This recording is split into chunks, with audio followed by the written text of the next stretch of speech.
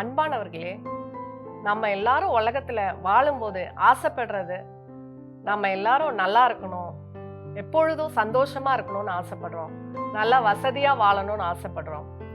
ஒரு தீய பழக்கம் நம்ம வாழ்க்கையில இருந்தா அது நம்மள தரித்திரத்துக்கு நேராக கொண்டு போகுதுன்னு நம்ம பார்க்கலாம்.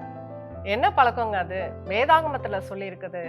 நீதிமொழிகள் 23:21 வசனத்துல, குடியனும் போஜன பிரியனும் தரித்திரர் ஆவார்கள் என்று. ஆமா, நீங்க மதுபானம் குடிக்கிறவங்களா இருக்கிறீங்களா? அதன் நிமித்தமாக நீங்க தரித்திரத்துக்கு நேராக தள்ளப்படுறீங்க. இந்த பழக்கத்துக்கு நீங்க அடிமையா இருந்தீங்கன்னா, நீங்க ஆண்டவரிடம் உங்க வாழ்க்கையை அர்ப்பணிங்க.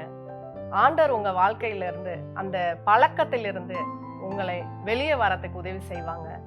கர்த்தராகிய இயேசு கிறிஸ்துவை நீங்க விசுவாசிங்கன்னா, நீங்களும் உங்க குடும்பத்தாரும் ரட்சிக்கப்படுவீர்கள். கர்த்தர் இந்த தீய பழக்கத்திலிருந்து உங்களை வெளியே வரத்துக்கு உதவி செய்வாங்க. God bless you.